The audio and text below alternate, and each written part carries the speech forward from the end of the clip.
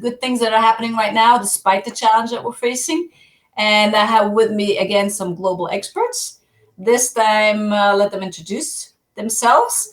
It's Yoram Baltinester. Can you tell us where you're from, please, Yoram? I was born and raised in Israel. These days, I live in San Diego, California. Oh, nice. Oh, you're in San Diego, California right now. Okay. Mm-hmm. Okay, good. All right, we have someone from the other side of the world. And what the about other side? Yes, the other side as opposed to Switzerland. What about you, Christopher? So, I'm Christopher, and I was born in Norway, and I live and work from Munich. Okay, nice. And myself, I'm based in Germany. I'm in Switzerland. I'm Austrian, based in Switzerland, and we're still waiting for Janet, who's from Australia. She has some tech issues. So welcome back, and feel free to ask us any questions that you might have on these topics that we're going to talk about. Yeah, we want to keep this interactive. Just type them in the comments, and we'll be happy to answer them. So tell us a little bit about what it is that you do, Yoram. What I do is I work with people who woke up one morning and looked in the mirror and looked at it and said, "That's it? Really?" And they're typically the kind of professionals who've been in what they do for 15, 20 years. Sometimes they're very successful, but they realize one morning that through all that success, something may be missing. So they're thinking of the next chapter for them, or what will put in more meaning into their success. Mm-hmm. And what we do is we go back to basics. We drill down, look through the essence of who they are, what they stand for, what they believe in, how they want to show up in life, what their life purpose is, and how they're going to express it. And then we make it happen. Okay, interesting. So Yoram, right now in these times, are people still looking for help in that section, or have you shifted what you're doing with people a little bit? They don't look for it, but they need it. No, okay, good. Do they know that they need it? No, because you know what? At the end of the day, we as human beings, when we're conditioned to look at the symptoms. Mm-hmm. Ah, I see. Yeah, not the roots, huh? Not the roots, exactly. And so you have to be rooted in who you are in order to stay present. And then, oh, where was I going? That is where I was going. Okay, and now this happened. How do I still go there? Ah, nice. Maybe you can share some strategies on how to do that after. Sure will. Cool. Thank you very much for sharing this. And what about you, Christopher? I can just totally comply with what you were saying, because that's what I do too. But finding out who you are is so easy to say, but it's extremely difficult to do. Now, who am I really? As the autonomous, authentic me that know who I am, what's my basic needs, what's the desires for the future, and to be able to find a balance between two of those. Basically, I would say we are 95% the mental constructs from the way we were born, everything we learned from our parents. Right. And that is not really who we are. I mean, it's a part of our personality structure. But if you look at who we are as human beings, all the qualities that we were born with as children, we kind of lost them through our educational systems, through the way of being raised, through the eyes of our parents. So there's such a huge potential getting lost there. And what I experience these days is that there is a new awareness of a new collective intelligence that we need to do something, because there's a paradigm shift going on. Right. Yeah. Yeah, we talked about it before we started the show, Christopher. It's a very interesting perspective you have on the paradigm shift. And let's welcome some guests. Hello, Doris from Zurich, and Florian Fritz from Vienna, and Katie from the Netherlands. Some people are starting to join in. Welcome. Feel free to ask us any questions. So we have Yoram here, specialist on finding your purpose and your authentic you, and Christopher talking about paradigm shifts and the bigger picture. And what is it that you typically help customers or clients with? Is it also the same as Yoram with the purpose, life purpose? Yes. So basically, it's to find out what are my unmet ego needs. What happens to me when my ego needs are not met? Because then I totally lose myself, and I get angry, I get hurt, and I start yelling, and I just completely behaving like a little child. Which sometimes I say we just behave like grown-up children, which we basically are not. Okay, so we find out what are those unmet eager needs, which we call personal mastery. How do I need my personality not to lose myself when all these things happen, and how do I learn to focus on the collective intelligence that I have in the language of Richard Barrett and the guy called Lalous wrote this book, Reinventing Organizations. Humankind is racing towards a higher level of consciousness, and it's the collective way of thinking and the collective intelligence, which I sometimes call the wide knowledge, but we haven't really learned. How can we really access this collective intelligence to create better business, to create a better world? Yeah. And it's just the language is called the desires and values of the soul. That's very interesting, but this is very theoretical. Can you give us a little bit of a practical, hands-on example? How do I address that collective intelligence, or how do I tap into that? Do you have any strategies for that? Yeah. I mean, I do that because I'm an executive leadership coach. So what we do is to monitor and assess your core values. The core values are really who you are, but you have to find out what they are and what does it mean for you to implement them and live them. Which is you can go online and do a personal value assessment test. It's for free. It's called Richard Barrett Personal Value Assessment. And in that exercise, you also find out, how do you address what's important for you in your past, but what also important for you in the future. So that's a very practical way of orienting towards an evolutionary transformation to find out who are you really. Okay, all based on your values, all your basic core values. All right. Wow, that's an interesting approach. What about you? You don't have a choice, do you? No, that's true. I said you don't have a choice, do you? Your choice of changing or even noticing the core values are as good as a fish chances to recognize the water. You're born with them, you operate within them, and until somebody reverse hack into showing you that this is the only possibility to explain what you have done, then you're not aware of it. But once you're aware of it, there's so much mastery in it. So I'm just happy to meet you, buddy. Yeah, thank you so much. It's really touching to hear. It's not a coincidence. We have two of the same from different parts of the world joining this call today. That's cool. So what is it? Do you have some techniques on how to? Let's engage our audience a little bit. So let's see, how many of you that are watching right now are aware of your core values, or would you like to share some of your core values in the comments so we can get this going a little bit?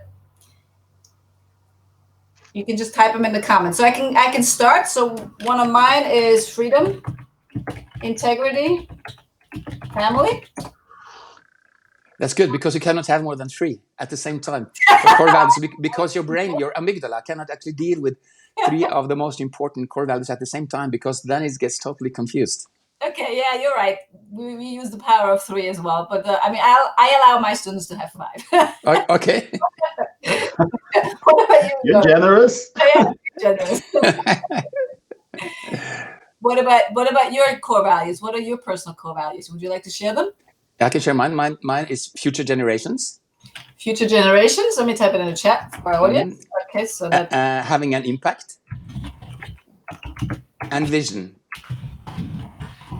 And having an impact is not an ego thing. It's just because when you found your core values, when you found the people that you can share your core values and your purpose with, you're in the community, and then we together collectively can find the collective intelligence to have an impact to change the world. Okay, good. Wow, those are very future based. Yeah, because I mean, those values, if you don't really live them, they're not a value; they're just a word. So yeah, 100%. Yeah. So to practice them and live them, it's just amazing things happens. That's very true. So we have Doris Bullis saying freedom as well. Katie Hendricks, freedom, family, and honesty. That's interesting. Freedom comes up a lot of times.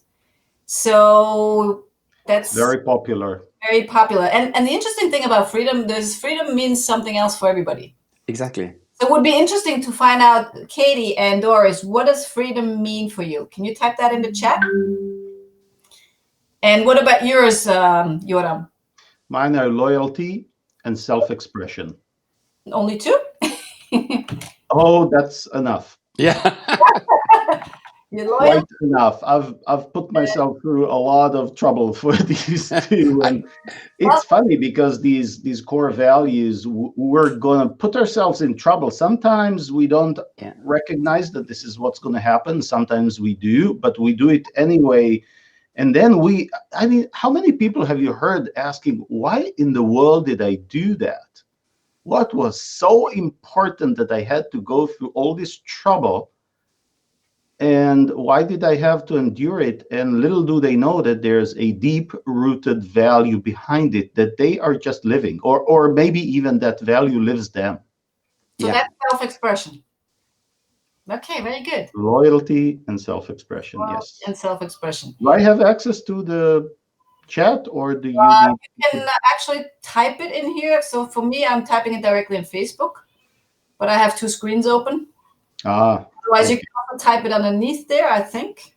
We have a question. Doris asks, can you post the web page, please? Can you say which web page? The one that you were talking about, assessing the core values, maybe? Yep.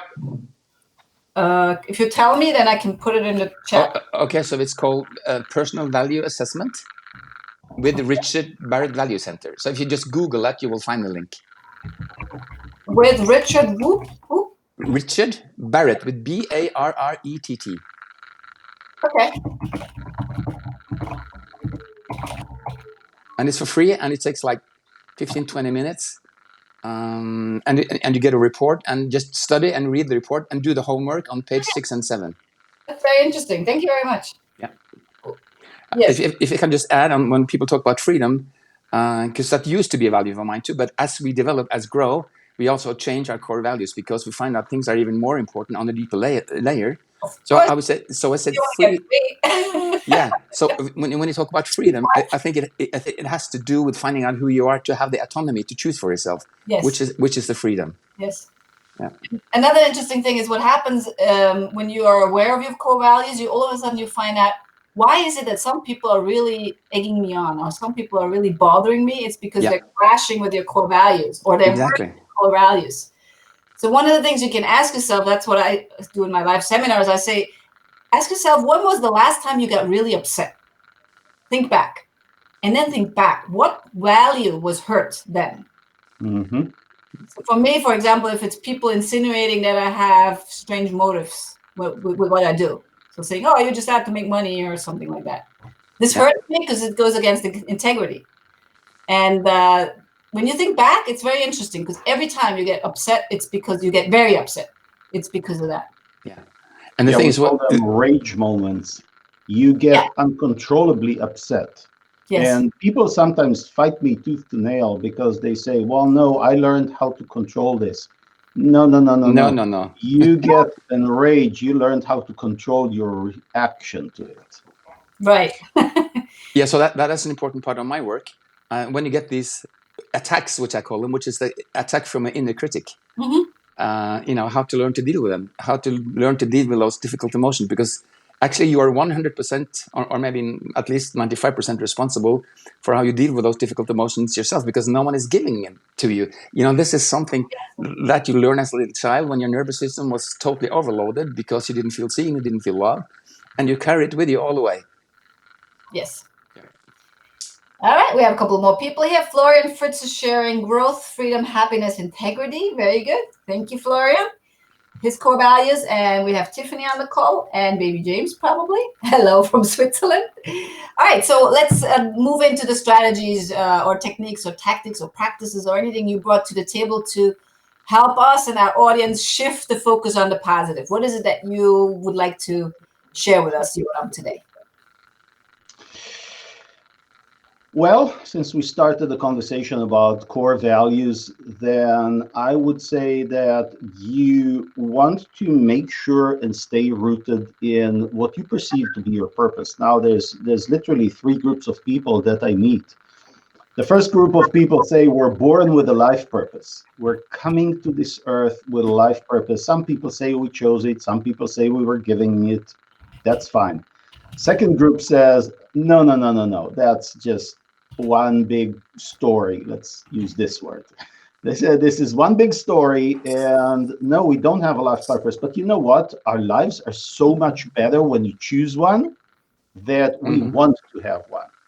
And there's the third group of people who says, no, that's all one big story. There's no life purpose, and we don't care. And to be honest with you, these people typically don't get to talk to me. They just stay away from that conversation. So the question becomes, what is it? Because we are not fortunate enough to get an envelope with a booming voice saying, here is your life purpose.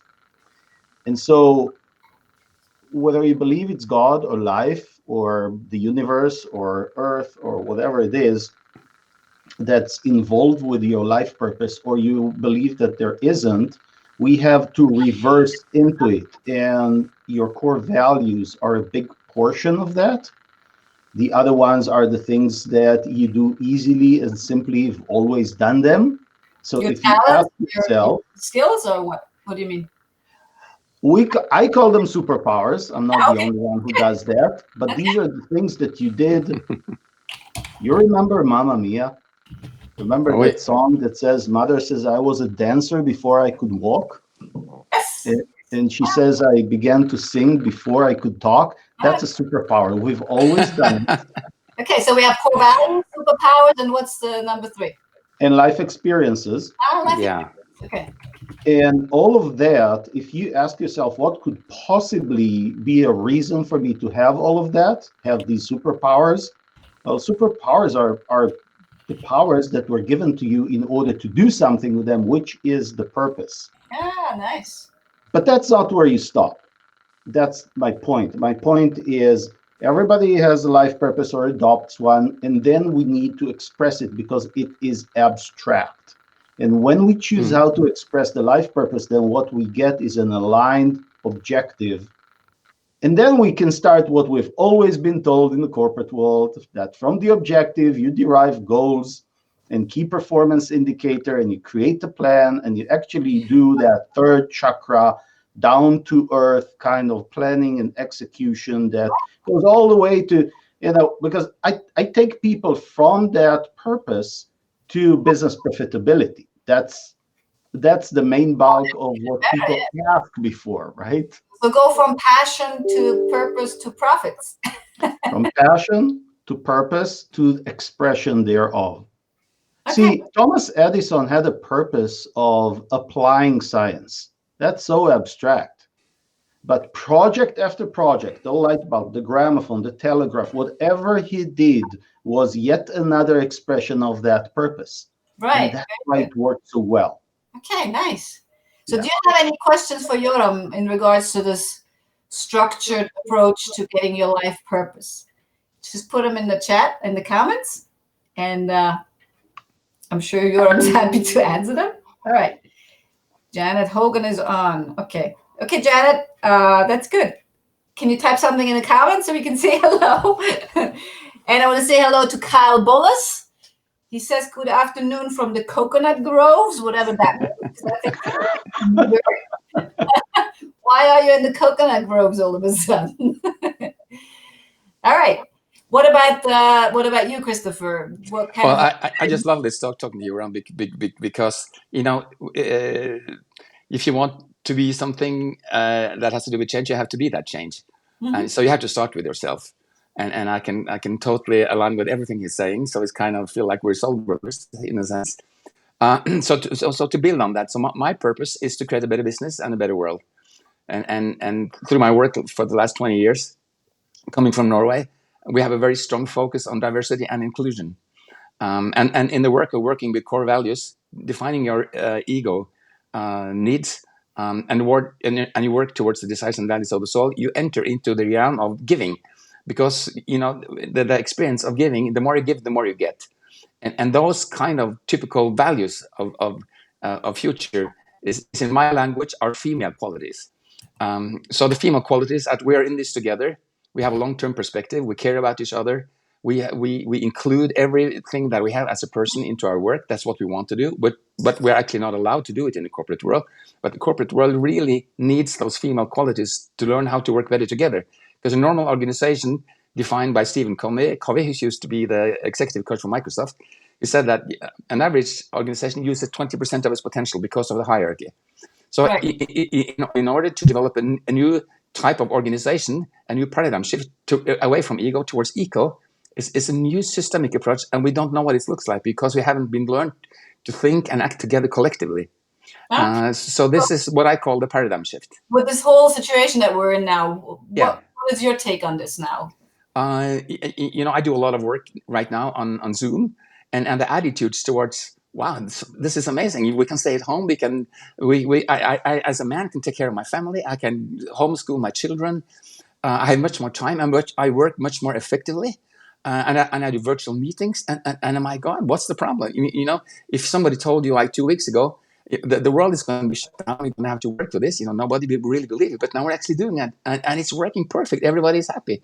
Okay, at least most of us. Well, we don't want to discount those people that are, in pain or in bad situations or all that. That stuff is still going on, but it's focusing on what works well. And I think also how quickly we all adjusted and adapted. Yeah. This is a really big plus for the human race, I must say. It is, and actually, when Angela Merkel said that anxiety is a bad, wie sagt das? Angst ist ein schlechter Ratgeber. Anxiety is a bad advisor. Yeah. So that really tried to connect to not feeling the fear. I mean, fear is okay if you can relate to it in a rational way, but that's very difficult. As long as fear keeps you contained and small and tries to keep you cooped up in your box, it's not serving you. Yeah.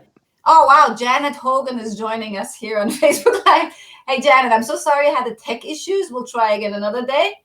And thank you for being here. She says like-minded souls, and this is her favorite topic. That would have been amazing to have you all as well. Kyle Bullis says, we haven't managed to work together collectively. Good point. What will it take to change that? So maybe I can answer that. That is actually to find out what are your core values. And the core values is not something that the CEO or the executive decides. That's a collective approach. And everyone finds out what are their personal core values, defining what they mean in the way that we behave to externally and internally. And so you have a workshop, you have a process of defining them. And then you go on to the different exercises, finding out what's that purpose. And purpose-driven businesses, which some might sound paradoxically, is the one who earns the most money, who's the most attractive. And the purpose is something that you can offer to the world that the world needs. And because when you have a collective process of finding what that is, you find your intrinsic motivation. And when you find your intrinsic motivation, you go to work and you have fun. You feel the joy. And that's a very different approach. When you go to work, you can include all of you. It's not like you go to work and you're employed, and when you go off work, you're unemployed. No, going to work is something that is very important for you. And maybe it's just like family. You can feel a lot. And maybe it's time we start to talk about love in the time of Corona instead of love in the time of cholera. Because if you have this support, you start really allowing yourself to feel love for yourself, love for your colleagues, love for your team, organization, your country, and it's just a deeper level of consciousness of who you are and what you want to contribute to. Because I think all of us somehow has this intrinsic motivation to create a better world.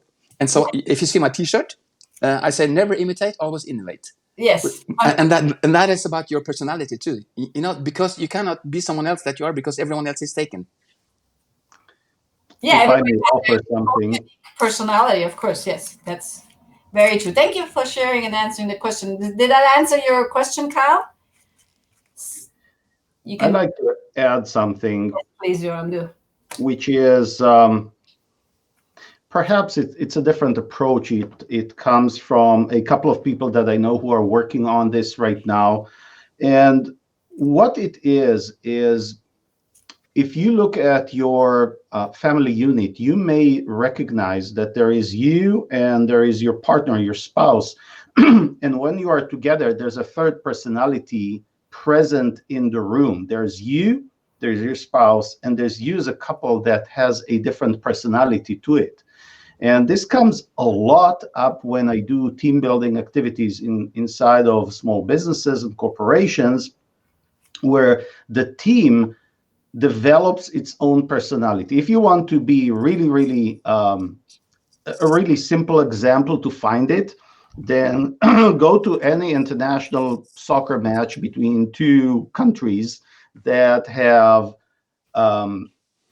let's call it, passionate supporters for their soccer team, and you would see two different personalities around that field, and you see these personalities being expressed and so on. So what happens is, if there is a personality that emerges inside of groups, then that personality would have a characteristic. That personality might have its own values, and this is why a lot of marriages break, it's like because almost like the baby of exactly has its own personality, and a team collective has its own personality, with everybody contributing. Right. And when we extrapolate it and we recognize that countries have personalities, and think about it, countries have personalities. I can throw a name of a country and you will tell me what their values are. And religions have personalities. Yes. And I believe that humanity as a whole has a personality. And once humanity can sit for a moment, and maybe now it's that moment, maybe, I don't know, and figure out its own core values, its own purpose as humanity, right, then maybe we can bring back that unity in humanity. That's an interesting philosophical approach. I would like to take this conversation, continue this conversation, because I don't think it's ending here. But what I would like to have is, if both of you, some of the stuff is very much theoretical. So how can we turn this into a hands-on thing that people can now apply to use this knowledge and this wisdom that you share with us, to now apply it in the day-to-day situations that they're in? How can we take it from a little bit of an abstract thing to a really practical thing? So if I give you guys some homework to do, because I would love for the audience to have that. Some of them said it was a little fast, and it may be a little mind-blowing when you're thinking on that level. How can we put it in a simple way for people to apply? Well, it is actually a whole system that I call the life design method, and it does take me like 3 days in an intensive to deliver it, or 12 weeks online or something. But in a nutshell, let's put it this way. Once you discover a life purpose and you're well rooted with it, then you, at the next point, the next step from that is to choose how you express it. And the next step from expression is what are going to be the objectives, and therefore what's going to be the goal, and therefore what's the plan, what are the steps. And as you keep going, you reach to a point where you have activities for today in your calendar, right? You need to remember that as you do that, what happens today is, today we took, or life or God forced us into a little bit of a paradigm shift. So we don't grow evolutionary, we don't take small steps. It was like a seismic change. And you got to remember this: when this is over, and we don't know what this exactly is, and we don't know what when over exactly is, we're not going to back to the old normal. There's going to be a new normal. It's just like you said. It's like suddenly I'm at home and I feel so much better. There's going to be thousands of people saying, "Hey, I kind of like this home thing." Back to the office.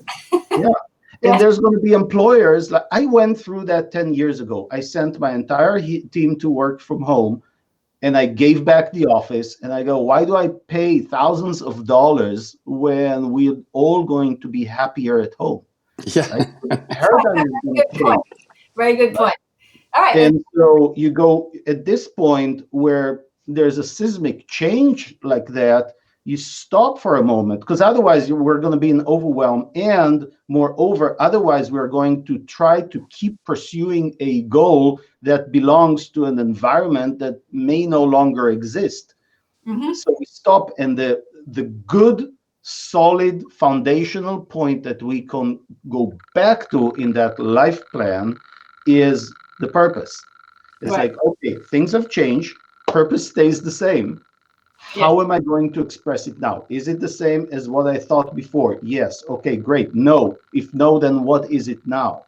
Okay. And then we go and we readjust. The normal cycle of achieving any goal, any success in business and life is to take a step and another step and then evaluate, am I still on the right path? Yes. And now we obviously may find that we're not on the path that's going to take us to where we want to go. And then we need to readjust. So for me, going back to the purpose is not going to change.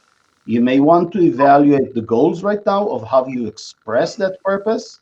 And in most cases, I believe it'll stay the same. And in some cases, I think it's going to be the minority. It's going to change a little bit.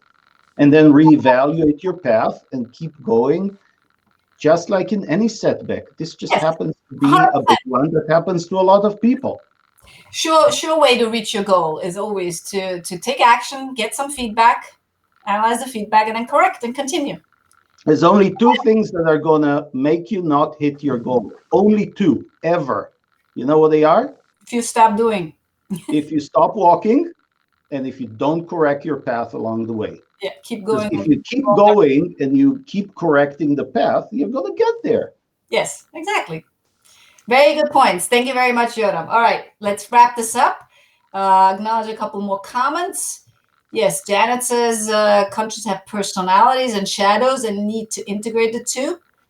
Okay, very 100% right on. interesting. I'm really sorry you couldn't join, Janet. It's like this would have been an awesome conversation. There'll be more lives. And Tiffany says it's poisonous when the core values mismatch in two countries. When some force the values into a different country and try to forcing is never a good thing. Yes, thank you, Tiffany. And Anya joined. Hello, Anya. So let's wrap this up. Let's wrap this up with something. What is your favorite quote that can also be helpful for people here? So I have a favorite quote, and it says, we should consider much about the future because that's where we're going to spend the rest of our lives. Consider more about the future. For that is where we're going to spend the rest of our lives. That is where we're going to spend most of our lives. The rest of our life. Oh, most, yeah, the rest. You're right. But for sure, the most of our lives. All right, let me try something new. All right, I'm putting it here, and I'm also going to try to put it here as a text on screen. Oh. And then I have one that created for my own, which is called "The Future is a Different Country. They do things differently there." Can you guys see this? Consider more about the future. Yeah. The future is a different country. Where they do things differently there. That's true too. What about you, Yoram? What's your favorite quote? I wonder if I got a visa to that country. Yeah, you do. For sure. I'll offer you two. Under normal circumstances, I would quote Helen Keller, who says, life is either a daring adventure or absolutely nothing. Yeah, so true. Or absolutely nothing. Yep. And what is going to be very timely today would be Winston Churchill, who said, if you're going through hell, keep going. Yeah. Good. Okay. We're not going to use that because that's not positive. I like that one. Life is either a daring adventure or absolutely nothing. Yes, very true. And my favorite quote is, if you keep on doing what you've always done, on getting what you always got. Yeah. But actually, that's not even true now. So let me rephrase that.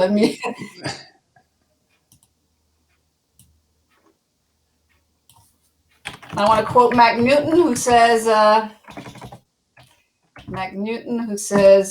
fail forward. And Bucky Fuller, who said, the only sin is to keep making the same mistakes and not learning from them. So making mistakes is human, and making mistakes is how we learn, and it's not something that we need to be afraid of. So I think we've forgotten to ask those difficult questions. Like be completely curious.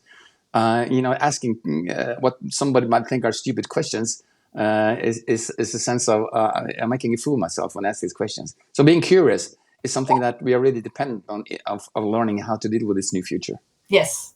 So let's make plenty of mistakes and learn from them and get better together collectively. Yeah, have fun with them. All right, and have some fun. Exactly, like kids do. Yeah, because it's like, how can I know what I don't know when I don't know what I don't know? Well, we have to ask these questions about what we don't know. 100%, totally agree. Yeah. All right, guys, it's been a pleasure, a very interesting conversation, and thank you very much for joining and for sharing this. Thank you for inviting. Thank you for having us. Some other time. Yeah, bye. And to our audience, bye-bye, and keep making mistakes. Yep.